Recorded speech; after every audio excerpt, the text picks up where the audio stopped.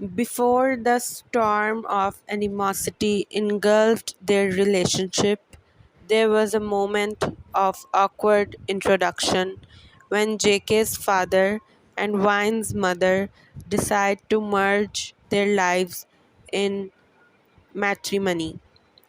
The wedding day arrived, and the air was thick with anticipation and nervous energy as JK and Wine stood on the opposite sides of the room, watching their parents exchange vows with a mixture of skepticism and resentment. As the newlyweds shared their first, JK and Wine exchanged wary glances, each slightly acknowledging the unwelcome intrusions the other represented in their lives. Once the ceremony was over, the families gathered for a celebratory dinner, and it was during this awkward reunion that JK and Wine's relationship took a turn for the worse. Wine, still reeling from the sudden upheaval in her family dynamic, could not help but feel a pang of resentment every time she looked at JK, the living embodiment of her father's betrayal. Meanwhile, JK, already feeling like an outsider in his own home, bristled at the sight of Wine, a constant reminder of the changes he had not asked for and did not want.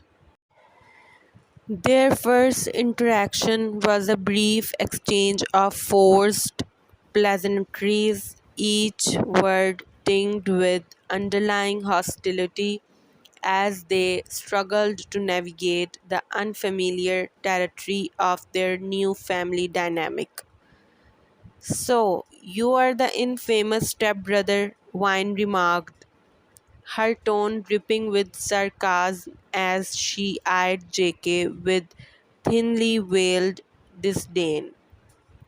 "And you are the lovely stepsister," JK replied, his voice laced with equal parts sarcasm and disdain as he returned her gaze with a challenging stare. And with that, the battle lines were drawn, setting the stage for the turbulent relationship that would define their future interactions. As the tension between JK and Wine simmered beneath the surface, every interaction between them became a battlefield, each word and action a weapon in their ongoing war of wills. One afternoon, while both were in the kitchen preparing snacks, Wine reached for a bag of chips, only for JK to snatch it away with a smirk. "Looks like someone's hungry," he teased, his tone dripping with sarcasm. Wine clenched her jaw, her fists tightening at her sides. "Give it back, JK," she demanded, her voice icy with irritation. "Why should I?" JK countered, his eyes gleaming with amusement. "You would not want to ruin your figure, would you?" Wine's nostrils flared with anger as she fought to keep her composure. "You are such a jerk," she spat, turning on her heel and storming out of the kitchen, leaving JK chuckling behind her. Their animosity only escalated as the days passed, each encounter fueling the fire of their mutual disdain. From snide remarks during family gatherings to petty acts of sabotage around the house, JK and Wine seemed determined to make each other's life miserable. And so the naughtiness between them grew. festering like a wound that refused to heal until it seemed that nothing could ever bridge the divide that separated them.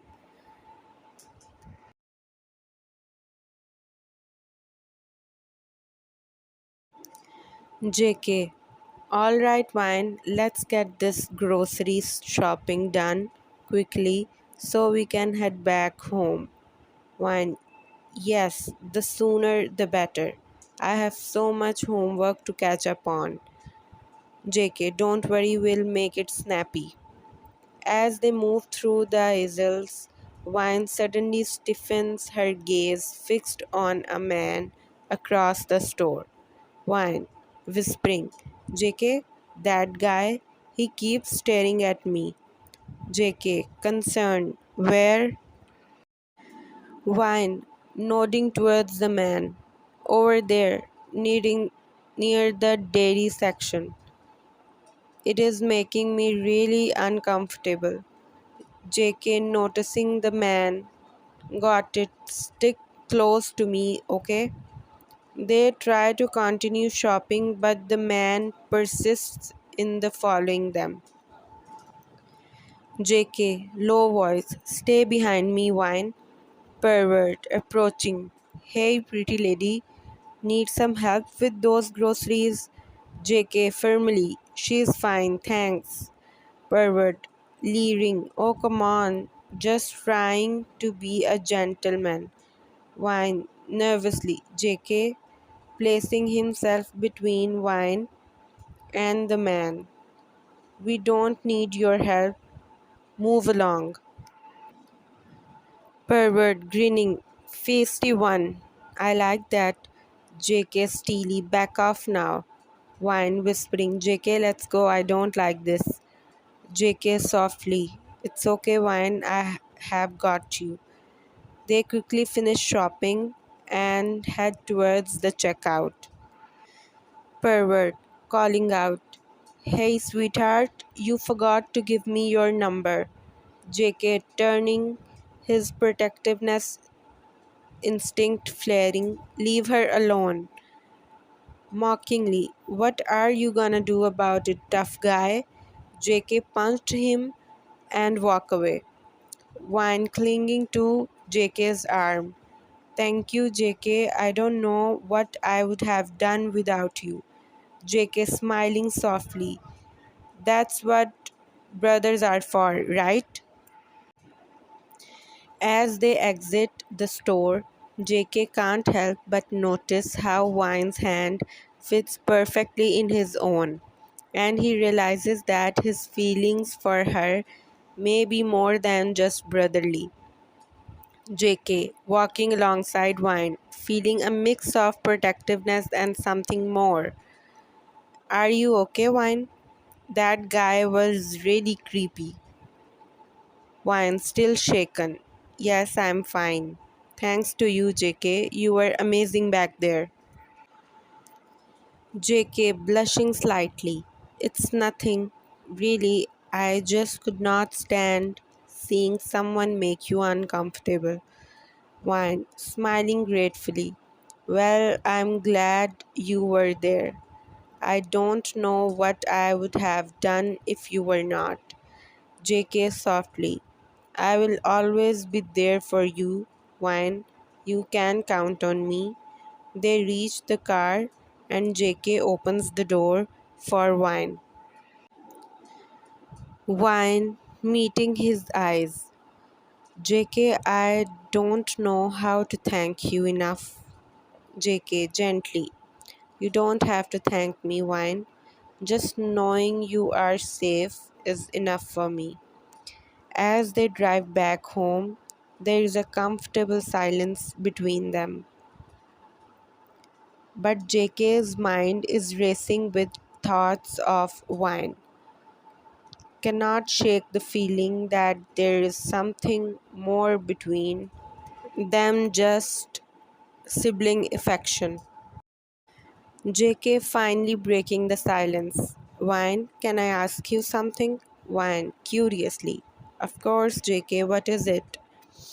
JK hesitant. Do you ever Do you ever feel like, I don't know, there's something more between us?